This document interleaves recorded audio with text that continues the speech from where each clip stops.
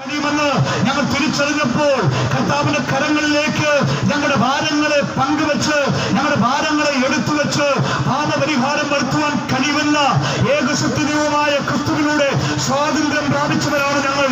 ഇതുപോലെ തെരുക്കോടുകളിൽ നിന്നുകൾ പ്രസംഗിക്കുന്ന ആയിരങ്ങളുണ്ട്.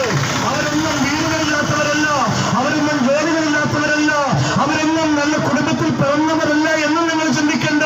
എല്ലാ തലങ്ങളിലും ഉള്ളവർ തന്നെയാണവർ. എന്നാൽ അവർക്ക് ലഭിച്ചൊരു പാപത്തിന്റെ സ്വാതന്ത്ര്യമാണ് അവർ കവലകളിൽ വിളിച്ചു പറയുന്നത്. ആ സ്വാതന്ത്ര്യം യേശുവിന് മാത്രം തരുവാൻ കഴിയുന്നതാണ്. ഈ യേശു ക്രിസ്തുവിനെയും രക്ഷിക്കുവാൻ മതിയായവനാണ്. അതുകൊണ്ട് നിങ്ങൾ വളരെ സ്വന്തമായി പറയട്ടെ, നിന്റെ പാപപരിഹാരത്തിന് യേശു മതിയായവനാണ്.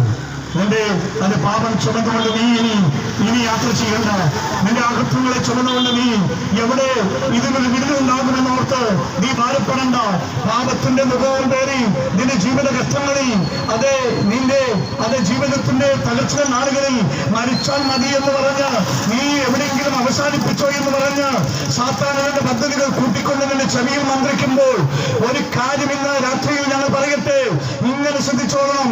ഒരു തലത്ത് സാത്താൻ മരണത്തെ ചിന്തിക്കുമ്പോൾ ജീവനെ തരുവാൻ, സമൃദ്ധിയായ ജീവനെ നിന്റെ മേൽ പങ്കുവെക്കുവാൻ ഈ ഭൂമിയിൽ വന്ന കർത്താവ് യേശു ക്രിസ്തു ഇങ്ങനെ ആരും ചെയ്തിട്ടുണ്ട്.